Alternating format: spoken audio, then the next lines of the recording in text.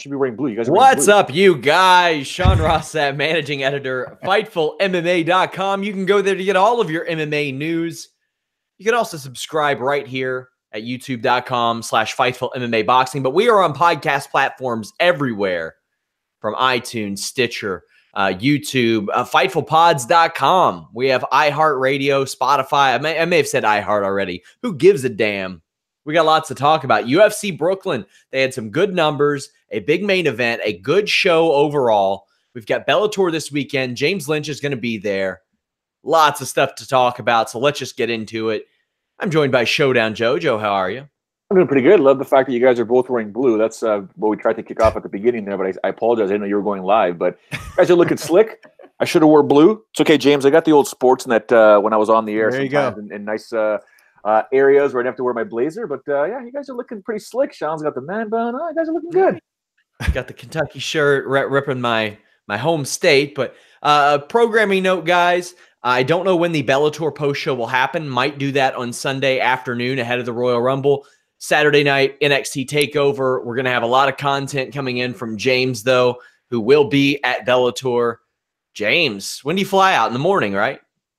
Yeah, early. I actually am going to be there at the open workouts a little bit late, but the earliest flight I could get out of Vancouver was at 8:40. So I'm getting in on that, and then I'll go straight basically from the airport to the open workouts. I should arrive there on time, but just like as far as check-in and all that, I'll be like a tiny bit late. But they know about it. It's all good. We're going to get lots of coverage, so it's going to work out. Let's go ahead and kick off with this Bellator show this weekend. Now, I know that neither of you are big pro wrestling guys. Fortunately, I am. And James, you've interviewed Jack Swagger, now known as Jake Hager, who I joked on the air, and I was like, you can tell he saved his money the way that he was reviewing a match that one of his bosses, his former bosses, had at Crown Jewel. Says that he hopes to fight several times a year. We're going to get James's insight on his conversation with Jake, but they aired a commercial during Raw for Bellator, which I think was a wise decision.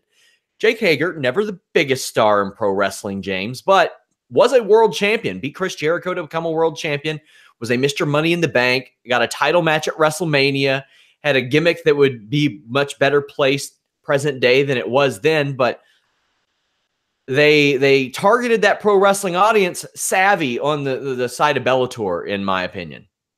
Yeah, good move on their part. Got to get that crowd in there. I mean, there will be people that will just watch this card that are pro wrestling fans because they're curious to see how he does. And the one narrative I'm sort of seeing online, which I think is completely wrong, is people comparing this situation to CM Punk. And clearly, I mean, the huge difference between the two is that Hager obviously had an NCAA wrestling background, whereas CM Punk did not. So I think, if anything, this is going to be more like Brock Lesnar making his UFC debut than it would be with CM Punk. So I'm expecting big things. This should be interesting. I mean, the thing is, people look at this and they say, oh, he's 36 years old and, you know, what's the ceiling here? But I mean, that's young for heavyweight. We've got guys in their 40s still fighting at heavyweight. So I think this is it was a great move by Bellator.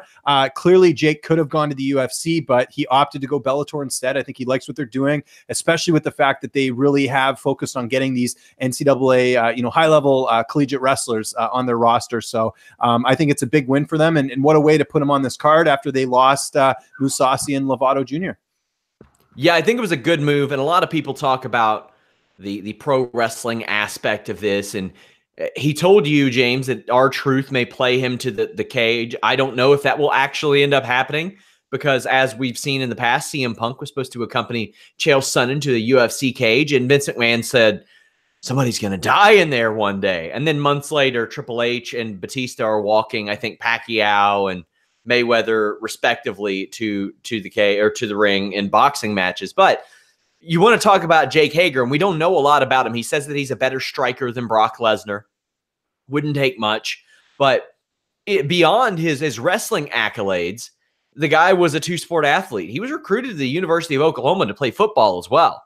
And the only people ahead of him were eventual NFL players. So, I mean, that is a special kind of athleticism as well. We mentioned the heavyweight aspect of that, Joe. He's facing a guy in J.W. Kaiser who nobody here is going to know. Like, nobody watching this show is probably going to know anything about J.W. Kaiser, his history, anything like that. He's a one-on-one pro. I think that is an okay way to debut Jake Hager. Now, that being said, J.W. Kaiser does have, I think, 18, 19, 20 amateur fights. What does that mean, if anything, to you, Joe? Well, it means it's much better in his favor when you take a look at, people don't respect the amateur side of mixed martial arts, but it's important to note that that is ring time, that is cage time, that is understanding, preparing, getting in there, and a cage door being shut, and it's just you, your opponent, and a referee. So that does play it. But I like the point that you made about, Jake's an athlete, right? The athleticism. Now, back in the day, I remember the Ultimate Fighter 10, if I'm not mistaken, the heavyweights. There were some athletes on there with Brendan Schaub, and there were some other guys on there that you would say, if you can bring that type of athleticism, especially in the heavyweight division, to mixed martial arts, and especially in a division where you don't have to be as technical as guys in the smaller weight classes, it can help you a lot. But athleticism will only take you so far. You still have to be a fighter. Derek Lewis, he's a fighter. Okay, you still have to have heart. Derek Lewis has heart. Lots of these guys have heart. Heart is not something that can be taught. You either have it or you don't. Now, it can come with experience, but some guys and girls have much more of it than don't. So even though it's Jake's debut, he is fighting a guy with some sort of experience here, and you'll have to play it correctly, play it smart, and understand that, we saw what happened this past weekend in the co-main event where, there's only so much you can do. If you don't have stamina, you don't have cardio, you don't have heart, we'll see what happens. Now, don't get me wrong. In the co-main event, we saw disqualification. We'll get to that in a little bit. But I'm very interested in seeing, what Hager brings to the cage. And I'm also pleasantly surprised that the two of you, as well as me, kind of look at Bellator and say, you know what?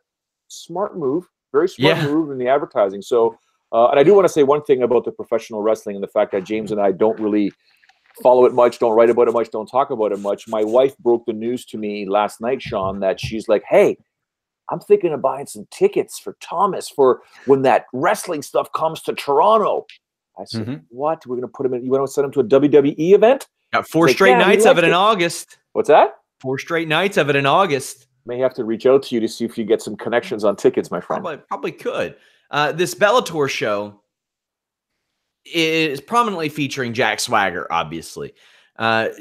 James, you were able to speak to him. What kind of mindset did you get out of him as he's leading up to his MMA debut? Because this has been a long time coming. I found him to be fairly confident. I think that comes with him having competed in collegiate wrestling and then in the WWE as well. I mean, for a lot of fighters, this is pretty nerve-wracking. You're switching sports. You're in a big promotion in Bellator. It's not like he's, making his debut for Wild Bill's Fight Night or something like that, right? So, and this is actually a pretty big card too. With he's a heavyweight making his heavyweight debut, his MMA debut on the same card as one of the greatest heavyweights of all time, in Fedor Emelianenko. So it just seems to me like he's confident. He likes the way he's doing his training. Interestingly enough, I'm going to throw a name out here that you guys will probably haven't heard in forever. Josh Rafferty. Remember him? Fought on the Ultimate Fighter Season 1? I have heard that name. So funny you mentioned that when you mentioned Jack Swagger or he mentioned to you that he had done some training with him. The thing is, I had long forgotten that I knew that name from MMA because he's associated with a lot of pro wrestlers these days. Oh, I didn't know that. Okay. He helps train Sheamus and several pro wrestlers actually. So when I heard that, my mind made the connection and I thought, oh, of course. But yeah, Josh Rafferty, tell us some more about this. Well, just that he's been working with him and it seems to pay well. And that friendship has gone, it's been around for a while because, of course, he has ties to Ohio. That's where obviously Josh Rafferty is from. So they've been working together. So I found that interesting because Josh Rafferty was one of those guys where he was on the Ultimate Fighter. I think he won a fight or two and then you just never heard from him again. So to hear that name, because, I'm an OG when it comes to the Ultimate Fighter, that was what got me into MMA, was that first season. So when he said Josh Rafferty, obviously my ears perked up. But I thought that was interesting that Josh is, doing more of the coaching stuff. And I just, the sense I got from Jake, just speaking to him, is just that he's well prepared. He knows what he's going in for. He's not an idiot. Like, he knows obviously that, in any fight, there's always a danger of losing. But I just sensed a confidence. I didn't sense like a nervousness or anxiety or anything like that. It just seemed like he's really ready for this and he's ready to seize the moment. And the other thing I took away was just that he was very impressed with Bellator. Like, I think, we can't understate the fact that he could have gone elsewhere, but he chose to go with Bellator. Few names that I'm pretty sure Josh Rafferty has worked with. Davey Boy Smith Jr., who is a Billy Robinson disciple and a member of the famous Hart wrestling family. Dave Batista and Sheamus in WWE. There are several. He's very, very tight-knit in the pro wrestling community in that regard. This show starts off with Why is this happening? A 5-6 Brandon McMahon facing Adel El Tamini. Why? Why, Joe? What, James? Anybody? Can it?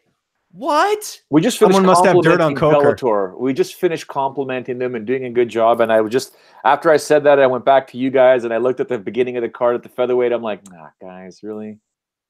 I mean, you have Desmond Torres. He's 5-1. You have Steve Ramirez. He's 6-3. They're both flyweights. So Bellator putting on a flyweight fight. I think from a PR standpoint, that fight would make a hell of a lot of sense above this one. Bellator could say, hey, we'll book you flyweights. If you want to come over here, we'll start a new division if the UFC is not going to continue it. You have, I don't know, just looking at the card, James Barnes, 11-3, Ryan Lilly, 9-4. From the outside looking in, that seems like it makes more sense as well. Yeah, James Barnes actually just defeated Albert Morales, the UFC veteran, on that Golden Boy card. So there is a bit of a tie there. And Ryan Lilly, pretty much, if he would have won his last fight, he would have been fighting for an LFA title. But he fought Rafion Stotts, who's just a top bantamweight out of Rufus Sport. So this is the fight to me. The Barnes and Lilly fight is the one that should be on the main card. It makes no sense to me. They're both local guys too. Lilly's trained by Boss Rutan. There's a lot of sort of tie-ins there that would be a good fight for like a hometown fight, because both these guys are California guys. But why is a 5-6 Brandon McMahon, and unless he's related to Ed McMahon, I don't see a reason why Brandon McMahon is on the main card here. I can call Lex McMahon and ask if you want. There you go. Yeah, exactly. That's true. Yeah. Well, one fight I am excited about is Juan Archuleta, 21-1, taking on Ricky Bandejas. Ricky debuted in August, I believe it was, and Juan Archuleta just had an amazing 2018. He went from not even being in the company. He had that fight with Zach Church that was canceled. He stepped in and fought a guy in William Joplin, who was a 50-50 fighter at best, but he beat Robbie Peralta, Jeremy Spoon. I think after this, if Juan Archuleta is able to get a win, and he's riding, I think, 16 straight wins, if he's able to pull this one off, you got to give him a top flight fight in Bellator. If he stepped in and in 11 months, Joe, won 4 fights in a row, 4-0 in Bellator, you got to give him that step up. Well, it's very, very easy to promote in that type of scenario. Just take exactly what you just said, clip it, and give it to Bellator. It's very simple. And you're dealing with a guy with that type of a win streak. Yeah, he deserves, top contenders at least, or someone in that, where he can be a fight or two away from a title shot, because you don't just do that and not have some success and not show that you've got some skills. So I agree 100% with what you just said. Ricky, on the other hand, has had trouble getting in the cage, getting people to fight him. I think he had 5 fights canceled in 11 months. It was unbelievable across Ring of Combat and Cage Fury. James, when you see this matchup, and he is most famous for knocking out James Gallagher, what are you expecting out of this? Because you have a guy who made his name off of a really good moment in Ricky Bandejas, and then you have Juan Archuleta, who is just a firecracker in this division. There's so many things to talk about with this fight. First off, let me say this potentially could be fight of the night here. This is just great matchmaking. You've got Bandejas coming off a huge win over Gallagher. Those in the know, people like myself, knew that Ricky Bandejas shouldn't have been an underdog against James Gallagher. He had the experience going into that. He'd fought more at 35. I mean, Ricky is talented, and they've got a really good blue chip prospect here, 27 years old, really good fighter. So there's that. And then you've got Juan Archuleta, who hasn't fought at bantamweight since December of 2016. He's actually fought as high as 160, as low as bantamweight. So he's all over the place. But you mentioned those wins in Bellator. I think the one thing we can all agree on, though, the Peralta win obviously looks good because Peralta was a UFC vet, but not really strong competition. So let's see how he does against someone who clearly has a good resume, has a good record. I mean, Archuleta has the experience, but Bandejas has looked great, and he's got some really good wins here. If you look at his resume here for Bandejas, he actually has a win over UFC bantamweight Merab Dvalishvili. He's got a win over CES bantamweight champion Tony Gravely. So all the wins he has are pretty legit, and Archuleta has some good wins too. But I think if you look at Bandejas, he's pretty much only fought the top guys. And then Archuleta, the other thing with him is he just comes from a great camp. He's one of TJ Dillashaw's main training partners. Aaron Pico trains there as well. He does a little bit of work with them. Listen to this. This is who's going to be cornering Archuleta this Saturday. This is like an all-star team here. Joe Daddy Stevenson, Cub Swanson, TJ Dillashaw. Like, it doesn't get any better than that for corner advice. So Archuleta has, just so many good training partners, so many options as far as who he gets to work with in his camps. This is a close fight. I mean, I would slightly lean Bantamweight just because I think he has shown more at 35 than Archuleta has, and I think he's fought tougher guys. But Archuleta, like you said, has the experience. And here's the other thing, guys. The winner of this, I have no doubt, is probably going to fight for the title next. But of course, as Joe knows, they're probably doing that Horiguchi and Caldwell rematch in Bellator first. So I don't know if one of these guys wants to wait around for that. But either way, I think the winner of this should be up for a title shot next, just with their records. Speaking of potential title shots, you have Aaron Pico, who is 4-1. Boy, has that been a 180 from his debut against Zach Freeman.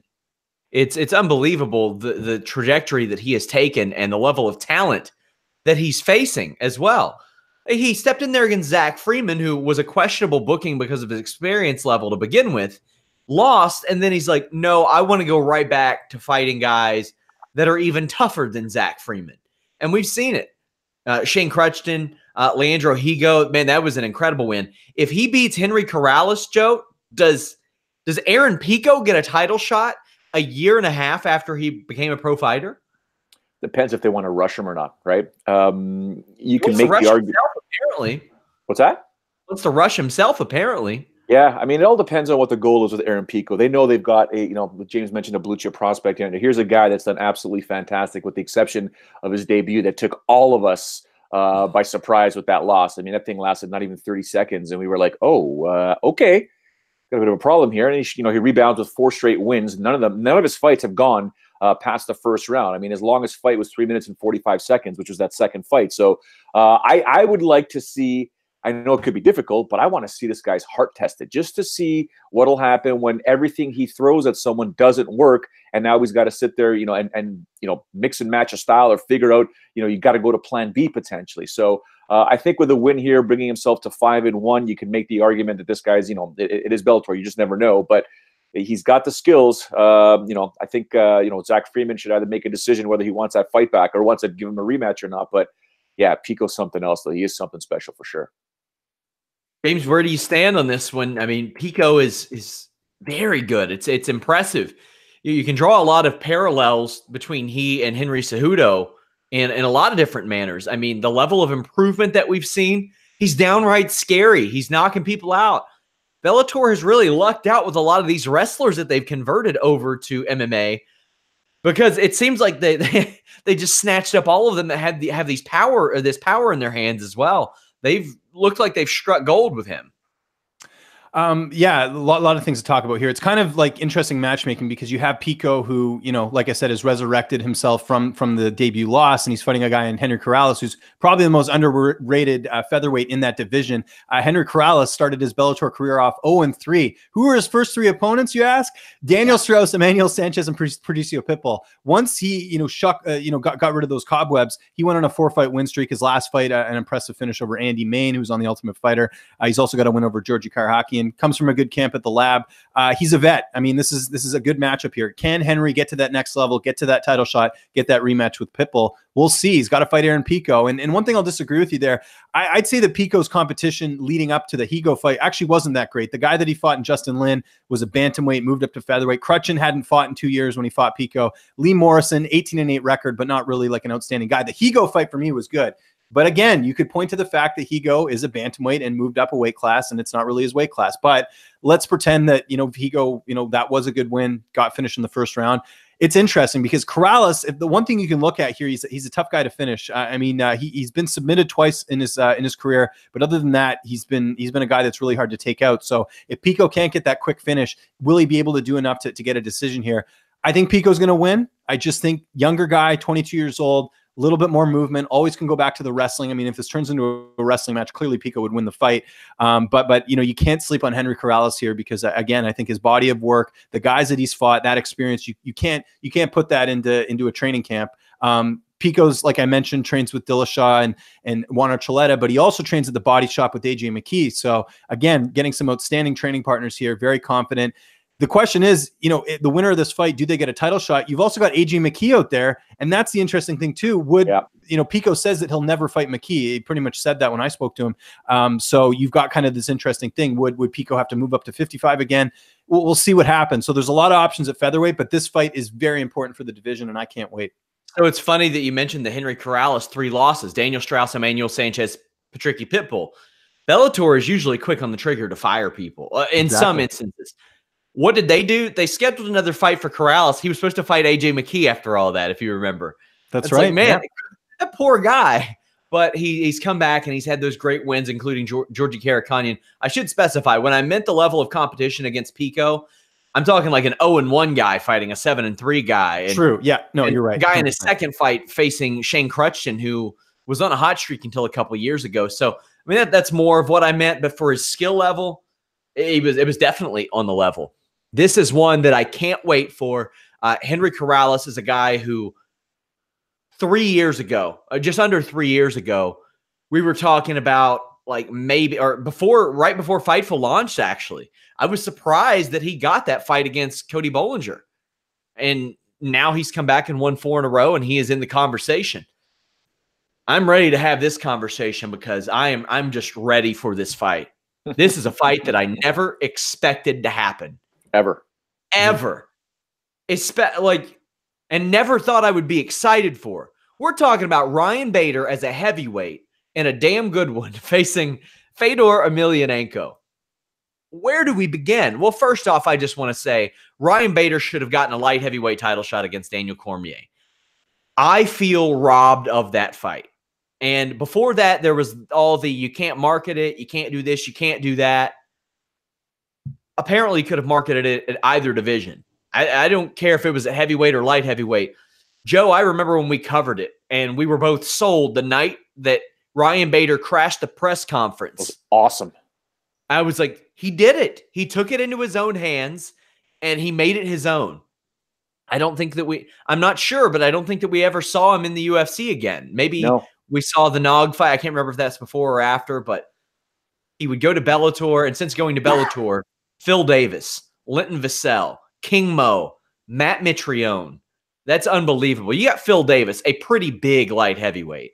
You have Linton Vassell, who is a heavyweight now. King Mo, who has had quite a bit of success at heavyweight on his own. And then you got Matt Mitrione. But Ryan Bader's facing Fedor Emelianenko. And Fedor faced a way overmatched Chael Sonnen. But in what I saw in some of those grappling exchanges, outside of that ridiculous roll through that Chael Sonnen did, was Fedor still having some of those instincts.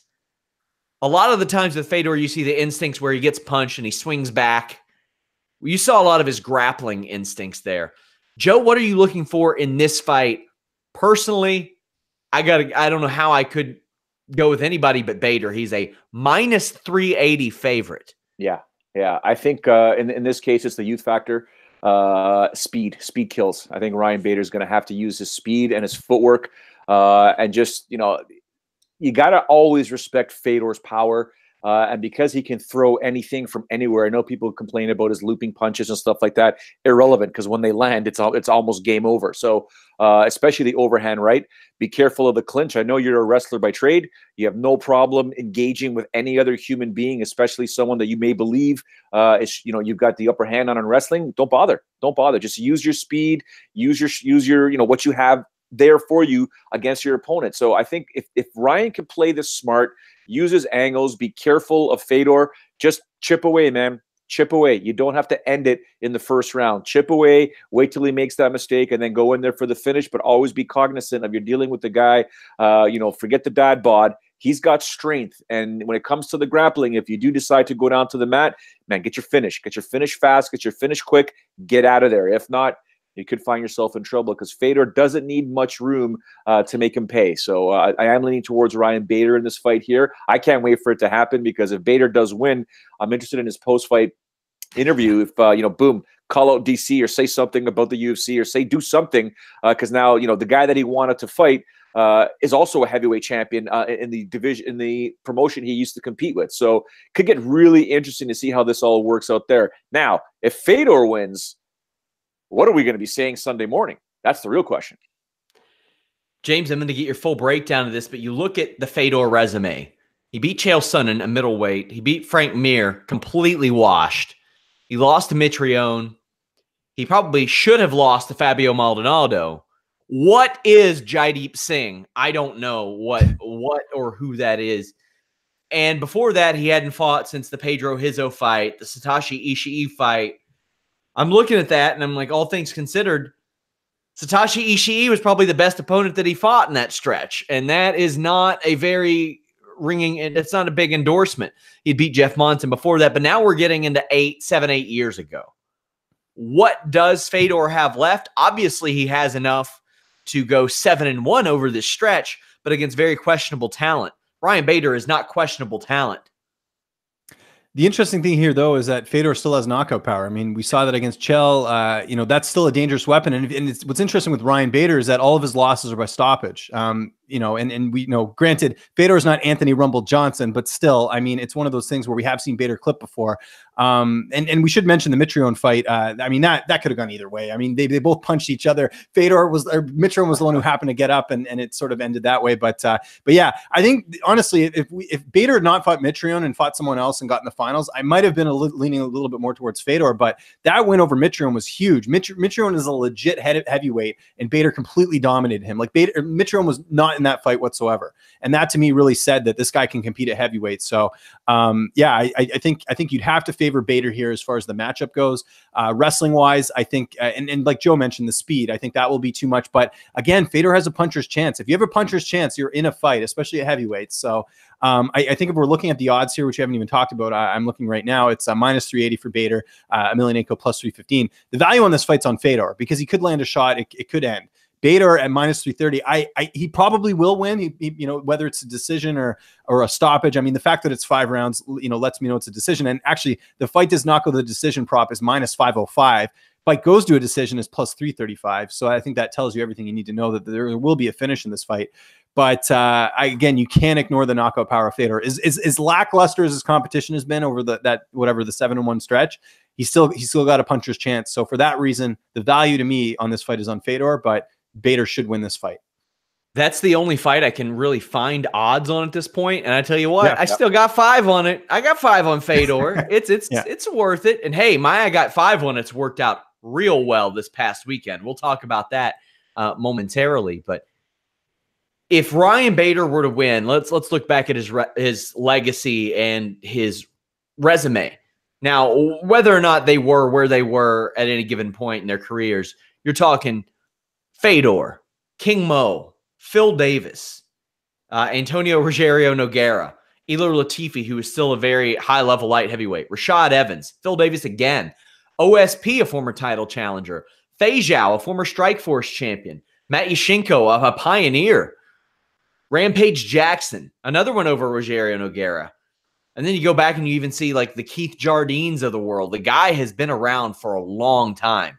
Ryan Bader emerged in the summer of 2008. Here he is in 2019 competing for a heavyweight title against the guy who was considered by many the greatest fighter of all time at that point. It's unbelievable. James, what do you have on the docket for your Bellator coverage this week?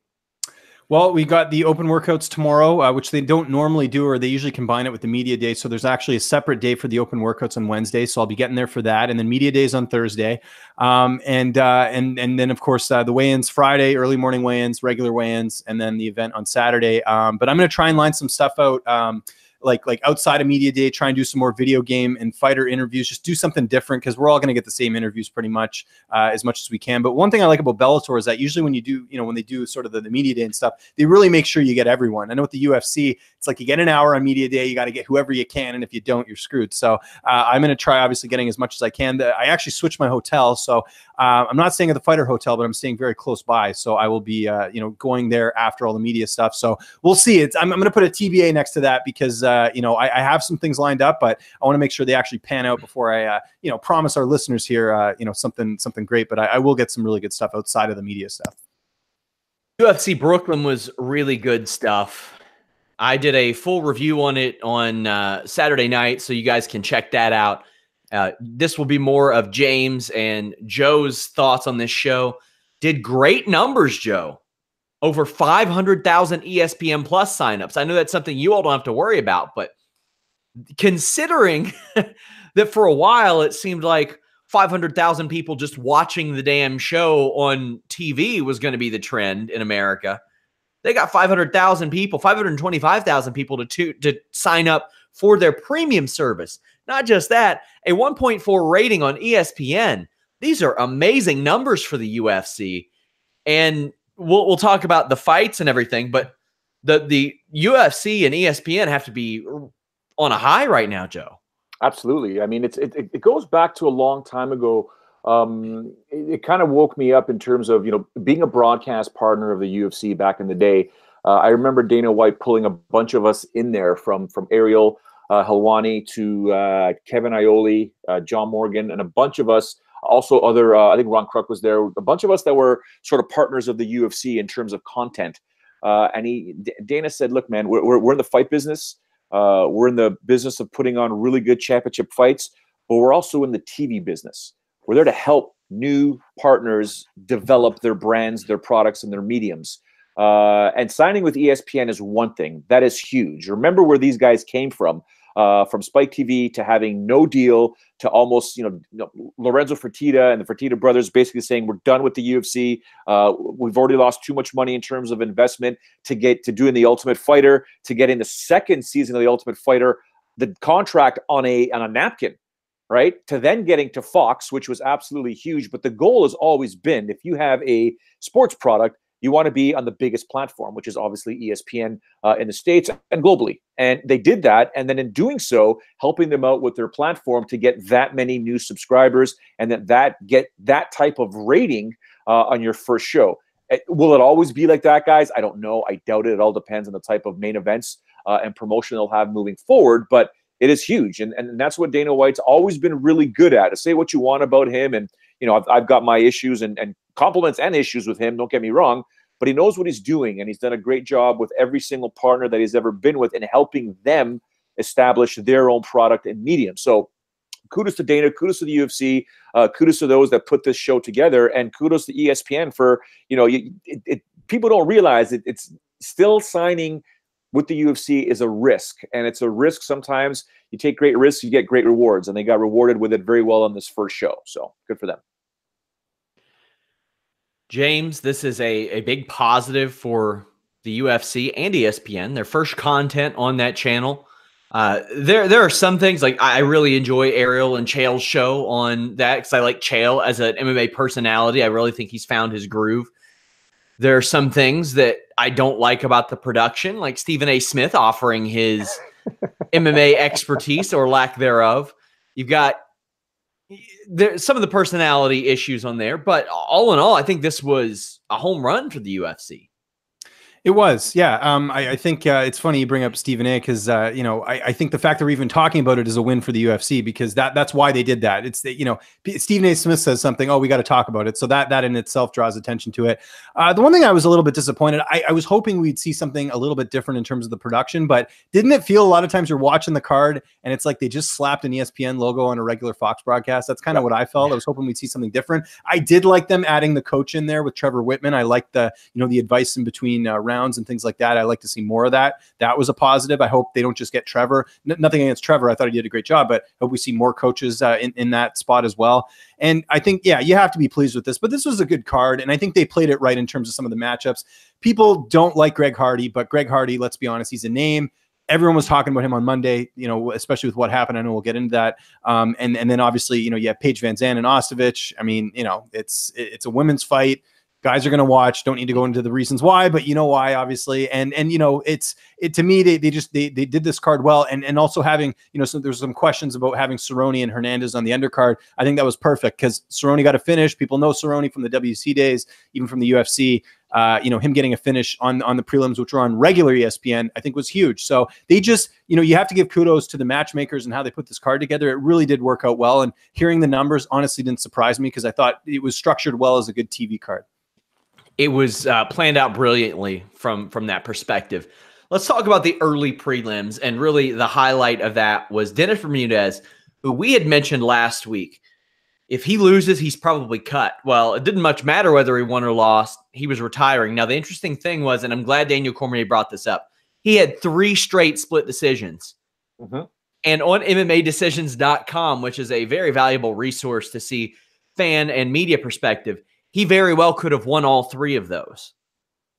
With, quite frankly, one additional correct judge who saw what the media and what fans saw, but apparently judges didn't. He could be riding a 4-fight winning streak after his Tay Edwards victory. He had a very emotional post-fight speech where he said he wanted to prove to his kids that he could do it and leave on a high note. Talked about how his uncle had battled cancer. This was his first fight at lightweight since, I think, joining the UFC. And he feels like one of those guys that's been around since like 07, 08, but he hasn't been. He's been around since like 2011. Joe, I know you've covered him extensively. This is a guy who has a win over Max Holloway, has a win over Clay Guida.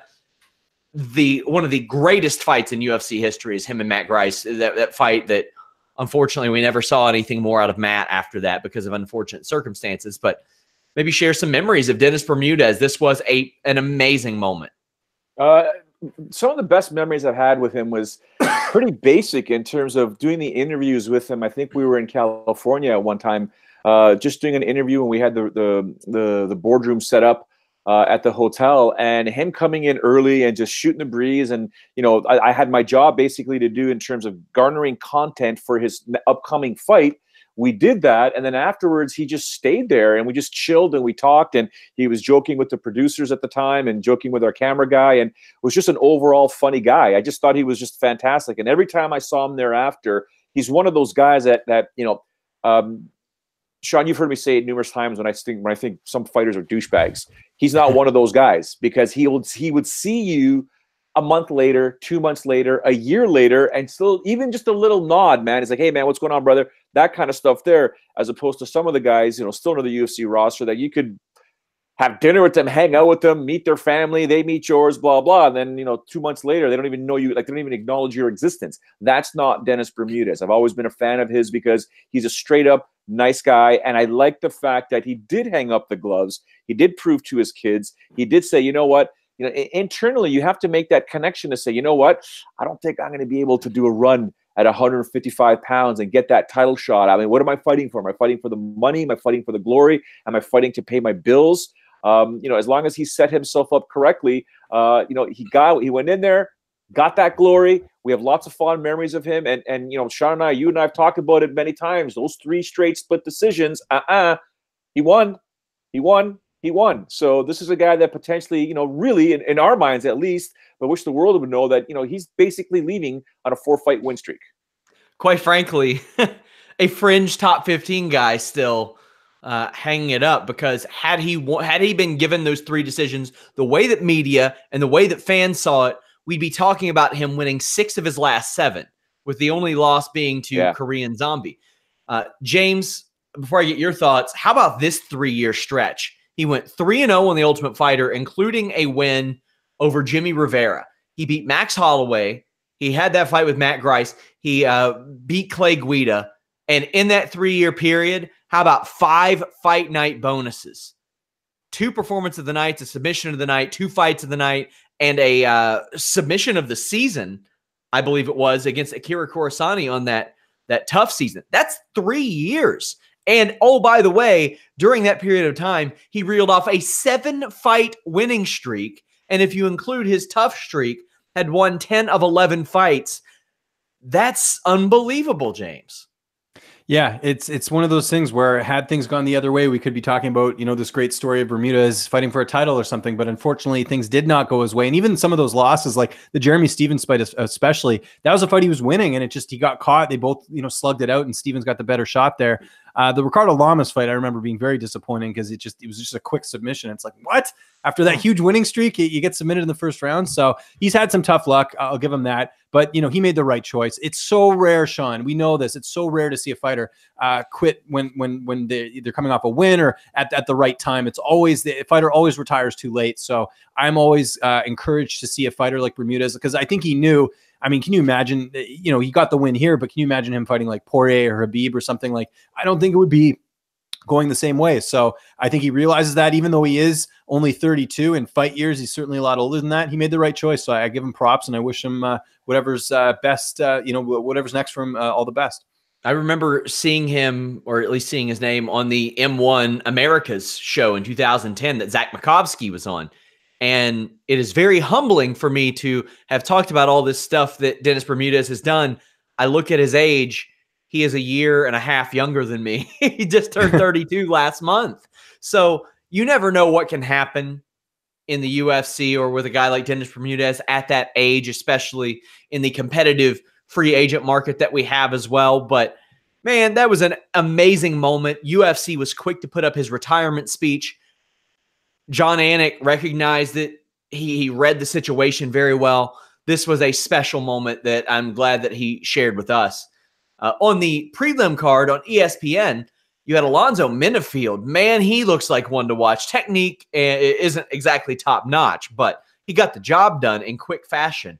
You have Corey Sandhagen, James, who you have interviewed, just spammed submission attempts until he got one to work. It was phenomenal. What stood out to you in these first two fights?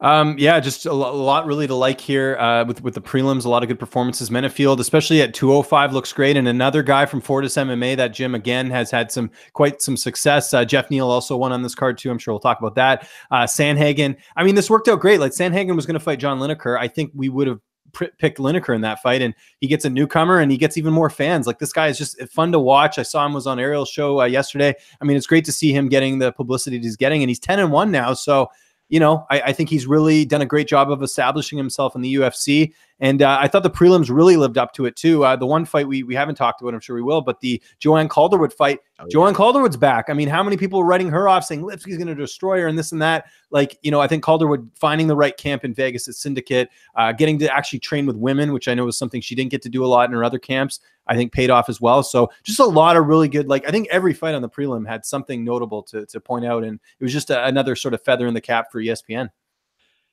Joe, James mentioned Joanne Calderwood going to Syndicate, and boy, has it helped her. You look at the transformation that they helped create for Roxanne Modafferi. If you are a woman and you are experienced and maybe things aren't going your way, I got to be thinking about Syndicate. I got to be looking at Syndicate and saying, whatever they have going on there is something that I want to be a part of. And I mean, I thought that Joanne Calderwood looked great. She was one of my I got 5 on it, to the point where it was one of my I got 5 on it that I actually picked. I had her winning this fight. Early on, we saw Lipsky find some success at range, but she was knackered by round 2. She was exhausted. Joanne Calderwood imposed her will. And Joanne Calderwood, I think, wisely said, give me Jessica Eye. Give me somebody like that. Because she says, we're 3-0 in this division. Why does she say that? Because a lot of people look back and they say, oh, she's only won 2 fights in a row. Well, she fought Valerie Letourneau in 2016 at flyweight, the real division that she belonged in, Joe. I think it's smart of her to include that. I wonder how different Calderwood's career would be if she hadn't fought Andrade and Calvillo at a weight she didn't belong in. What are your thoughts, your feelings on this fight and Calderwood in general?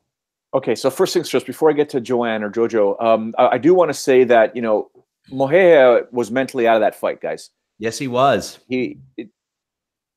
I'm so happy and proud of him. You get to the UFC and you get emotional because you've made it. You finally made it, but you have to figure out a way to tap back inside to that warrior spirit and to the killer within you. I think I'd like to see that rematch, to be honest with you. I really would. I want to see. I hope they don't cut my hair. I don't think they will, but I think he was mentally not ready to go. Crying on his way to the cage. Yeah, right. That's just the emotions catching up, right? Now, back to JoJo. We can't really fault her for taking those fights back in the day because she had no choice. I know guys personally that, you know, aren't fighting anymore. They used to fight that are from the Toronto scene. You know, Richard Nanku, as an example, crazy little monkey. That's his nickname, Macaquinho Safado.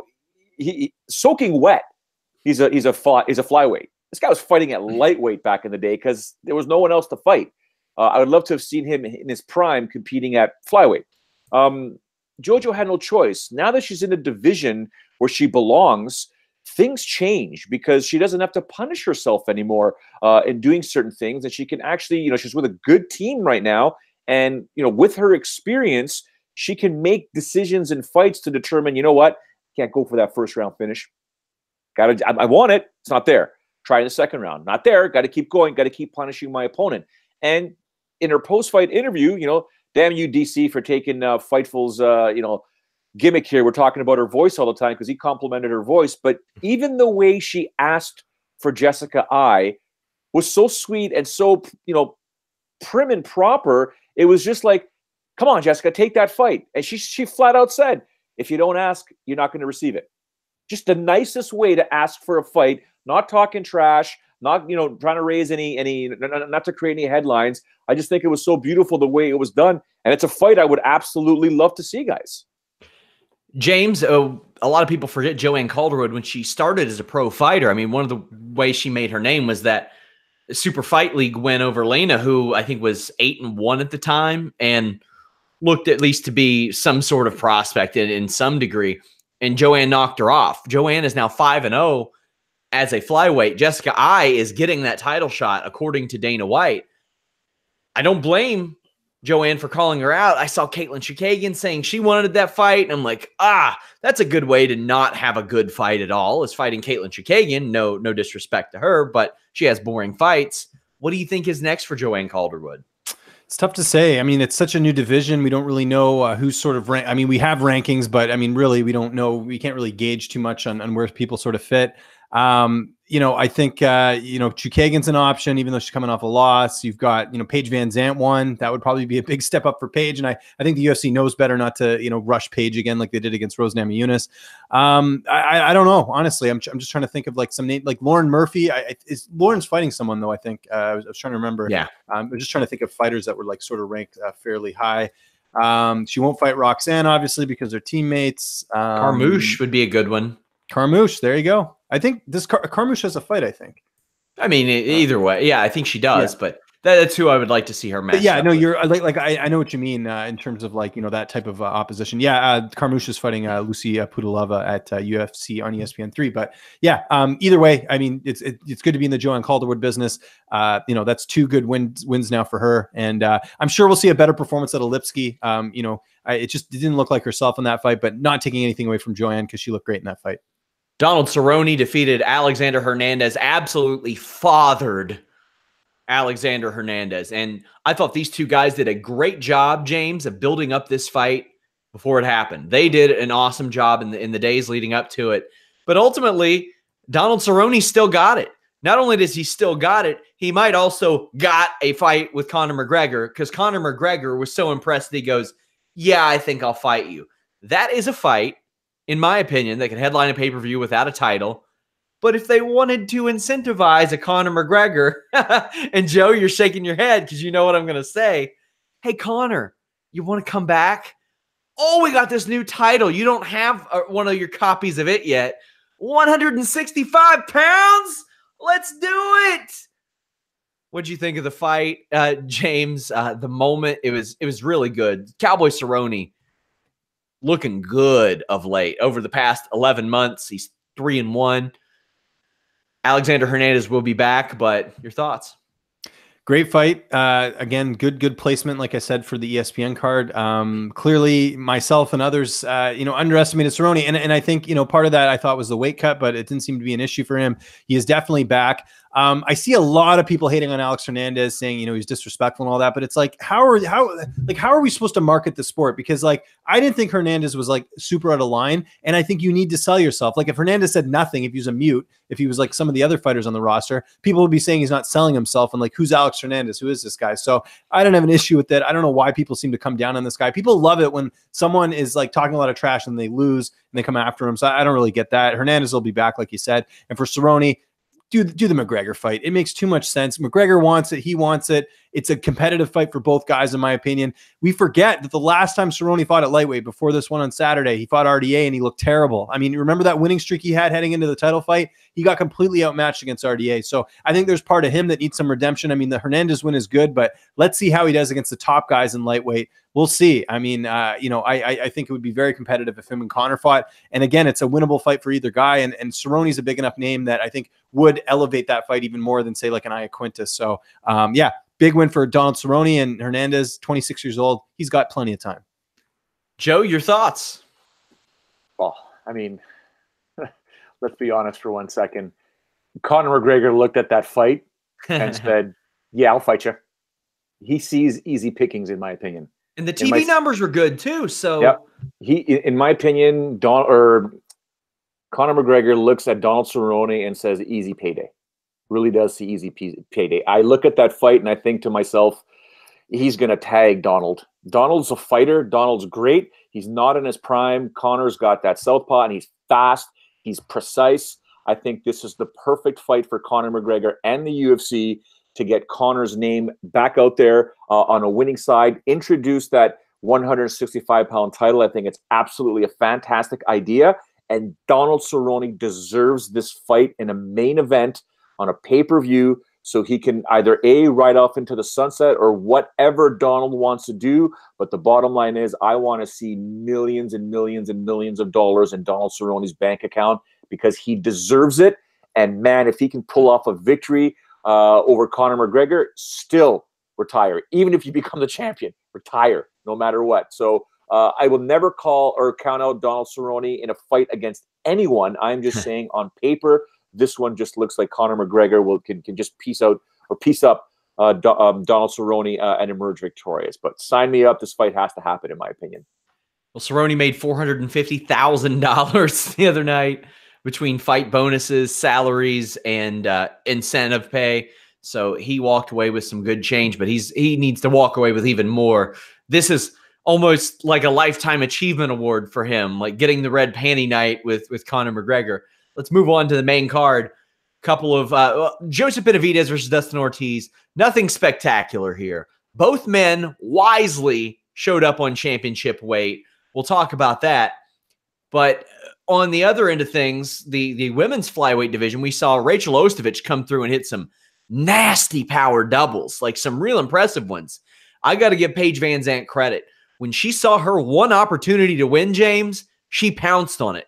She knew that if Rachel Ostovich got back on top of her, it was going to be a long night, and she made it work. I think that says a lot about the heart of Paige Van Zandt, and I respect her a lot for letting go of that submission because she did not have to.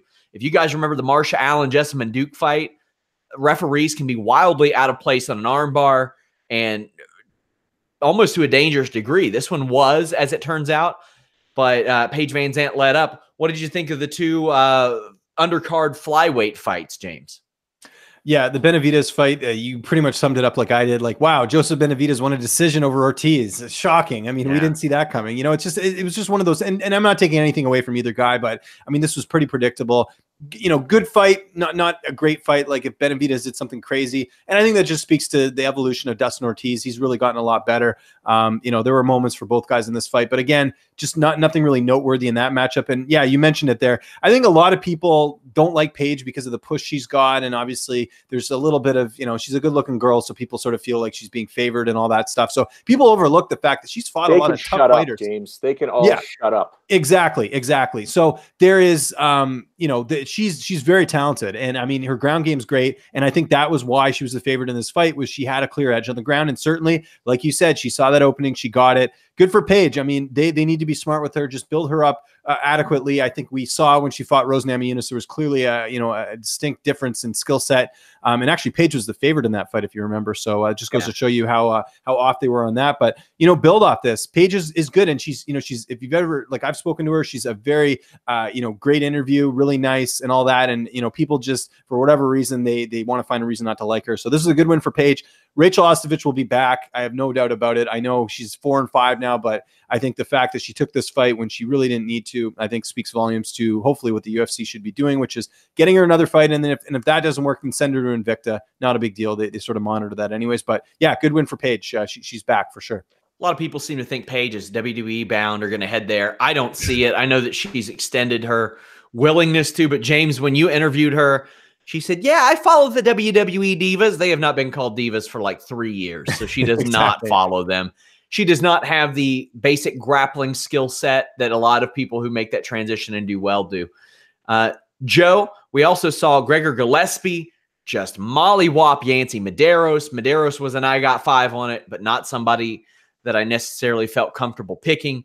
We also saw Glover Teixeira come back for some nasty elbows and finish Carl Roberson. Outside of the co-main event and the main event, what about these fights stood out to you? Glover's return in terms of taking those elbows, because I mean, you can go up and down this card here, and a referee would have stopped that. Any other referee could have probably stopped it after those elbows. So we'll get to my thoughts on referee stoppages in this card whenever you ask later on, Sean. But I'm very happy with how Glover was able to do that, because Roberson's a bad dude, man. He's got power. And Glover's experience prevailed, right? Did a fantastic job. And then you don't want Glover on top of you, squeezing you. That guy's strong. He's got man strength. Sean, you've heard me tell the story. James, I don't know if you ever saw it at Sportsnet. He said he would come to Toronto to help me build my deck in the backyard. Just give him power tools and a sledgehammer. He's down. Like, that's he's got man strength. He's got dad strength. You don't want that guy squeezing you. I do want to say one thing about Paige Van Zandt. She's freaking cool as heck. In my conversations with her and her manager, they're funny, man. They're really good peeps from California. At the same time, I was very impressed with Rachel's striking and her takedowns. That overhand, my God. Man. Like, I just think that I hate making excuses for fighters sometimes, but mentally, was she 100% in this fight? She believed in herself, and I'm happy for her. I think she deserves at least one more fight in the UFC, because I saw an evolution in her as a professional mixed martial artist. She did great. Benavidez Ortiz, it's a scrap. Good scrap. I liked it. It was good enough. I didn't think Gillespie was going to do to Medeiros what he did to him for that duration in that second round. I thought Yancey would figure something out. He didn't. Gillespie's a bad dude. We know it. We already knew that. God damn, you did it to the Hawaiian. Man, you're tough as nails, bro. Good for you. When I look at Ostovich, I think a lot of it has to do with consistency. And I like I said, I love those power doubles. I love the overhand to the double. That was really, really awesome. But you look at her fight history, and she fought once her first year fighting. Then she fought 3 times in 2014, then 1 time, then 1 time. Then I think it was 4 or 5 times in 2017. Now she's back to fighting once a year. And I'm like, man, there has to be some consistency there, especially with a blossoming skill set that we saw. Oh, blossoming. A disqualification blossomed out of Greg Hardy. This was one of my I got 5 on it, man. I don't know how everybody was so comfortable picking Greg Hardy against a guy who had that much experience, whether or not it was refined experience or not. I mentioned on the podcast that a lot of people ask how elite athletes will translate to MMA. Well, the gas tank didn't translate very well. The most impressed I was about this was that Hardy didn't get finished out of a crucifix, James. That was about it. But that illegal knee was completely absent-minded. Hardy says that he didn't do it intentionally. Crowder doesn't believe that he did it intentionally. Oh, man, I hate to say this, but from a marketing standpoint, it couldn't have went better for the UFC, because they're going to give this guy another fight. And it's like, how do you make a lightning rod for controversy even more controversial? Here you go. Yeah, it's funny because I see people now saying, "Oh, Hardy should fight someone else." It's like, no, if anyone had ever cared about Alan Crowder, it's at this exact moment. So you need to capitalize this and do the rematch. I am kind of disagreeing with a lot of people that, like, you didn't really say it there, but I see a lot of people making it out like Crowder was dominating him. I thought it was a pretty close fight. I think the first round I gave to Hardy, the second round I gave to Crowder, but and obviously the fight ended in the second round. But Crowder had his moments. It looked like there were times when he was going to finish, but Hardy was teeing off as well. It looked like, I mean, he's always dangerous when the fight got to the feet. I wasn't as, I wasn't in the camp as much that thought that Crowder did amazing. It's heavyweight MMA, so clearly anyone can get knocked out at any time. But it's just, man, if people didn't hate Greg Hardy before, now they have this as ammo saying that he can be a dirty fighter. I'm with you. I don't think he did it intentionally, but they got to do this rematch. To me, it's, again, you're not going to care as much about Alan Crowder as you will right now. So get him in the rematch, do that. Like, if Hardy fought someone else, he's always going to have that what if with the Crowder fight. So they need to finish this out. I know in the past they haven't done rematches like what would happen with Eddie Alvarez and Poirier. It took them much longer to do that rematch. Like, that the UFC has done that before. But this is one of those cases where people know Hardy, people now know Crowder. Put it together and let's get it going, and let's see what really happens there, because we don't have a lot of questions answered from that fight. Joe, your thoughts on what happened? Yeah, I know we're running out of time here, guys, so I'll be quick. Run it back. You can make the argument that Greg Hardy did intentionally do that. He did throw the strike. He did throw the knee, but I think he was in fight mode. He was in fight mode looking for an opportunity to land a finishing strike, forgetting for that one split second that what you just threw was illegal. So good on the disqualification. He deserves to be disqualified. I don't think he intentionally did it. I think he was in a fight and not in a mixed martial arts bout. I think he just wasn't able to make that difference at that moment in time. I'm not forgiving the guy for anything, but I want to see this fight run it back. Main event, TJ Dillashaw stopped by Henry Cejudo with the quickness. Henry Cejudo emerges victorious. TJ Dillashaw in the cage said, run it back, 135. Then afterwards he said, no, only at 125. Now he's saying, at any weight. I want to know what you thought about the stoppage, Joe. I want to know what you thought of the fight. Henry Cejudo building quite the resume. I wouldn't have stopped the fight because it's a different story. And I'll tell you why. In a championship fight, the guy or the girl has to be out cold. Out cold or tapping pretty much. And I think that TJ was still attempting to fight back, even though he was dazed and confused. And he's not a contender. So someone that makes it to a championship fight as a contender has worked pretty much their whole career to put themselves into that championship fight. As a referee, and Big John will tell you this all the time, give them a lot more leeway. Just be ready to stop it if they're out cold or they're tapping out. Now we're talking about a champion in that situation. You got to give him more leeway, in my opinion, to fight back. And if he's dazed, he's confused, doesn't know what's going on, go watch Shogun and Dan Henderson. Talk about guys that are experienced, dazed and confused that continue to fight back. I think TJ should have been allowed a bit more. I know it's not a popular opinion, but a bit more to at least say, you know what, let me try and recover. Let's see what happens here. And if it gets to the point where his eyes roll back and he goes limp, stop the fight. James. I agree with Joe here. Let's be part of the unpopular club. To me, in a championship fight, you need to give more leeway. So wasn't an early stoppage. As far as what we know for title fights and how much leeway they give, yes, it was an early stoppage. But as far as the fight itself was an early stoppage, no. I know that doesn't make a lot of sense, but I think that in championship fights, you need to give a little bit more leeway for stoppages like that. So I don't blame TJ for being upset and everything that he's put into this. He made weight. A lot of people didn't think he'd make weight. So I think the solution here is to run it back at 35. Henry won. I know it's going to be a tough sell getting him to do the fight at 25 again. So do it at 35, but maybe not do it right away. Let's you got a pretty important fight. Like I'm sure Rafael Assunção and Marlon Moraes are watching that fight going, God damn it, because it's like the winner of that fight realistically should get to fight the winner of TJ, or I should say should fight TJ, the champion. So I say they do the rematch, but not right away. Let Cejudo fight Benavidez in a rematch. That was a controversial fight, and do the winner of Moraes and Assunção fighting TJ, and then you go from there. But that's also assuming that TJ wins that next fight. But that's my thoughts on it. Think they need to rehire some of these flyweights. Yeah, What Shorty Torres is out of a job for what? For what? Why was that guy let go? Boy, that is just the definition of an itchy trigger finger is what the UFC did right there. Well, guys, we're going to have Bellator coverage this weekend. I want to thank the Talking MMA community for joining us. On Saturday, we had over 1,600 comments in our live discussion. We got a live podcast eventually on this weekend for Bellator, but we have live coverage and discussion for Bellator, NXT, WWE, all that good stuff. Joe, what do you have going on this week? Titan FC this Friday. I am leaving on Thursday morning. I'm going to be hitting the ground running, get right to the weigh-ins, do my 20 interviews with the fighters, get prepped up, get back to the hotel, and then call the fights the following day, back home on Saturday. So Titan FC on UFC Fight Pass, guys. It's going to be a fantastic show, solid main event, and some good fighters as well throughout the card. Check it out. James, hit us with your schedule. I mean, you've kind of given us your schedule, but hey. Yes. So basically, this week, for Bellator, obviously check out my coverage. But one thing we didn't even talk about here on the podcast was I did an interview yesterday with Israel Adesanya. So check that out on Fightful.com. Got some really cool comments about his fight with Anderson Silva on February 9th. And yeah, just follow me on Twitter at Lynch on Sports and check out Fightful. We're going to get the best coverage this week for Bellator. So make sure you tune in.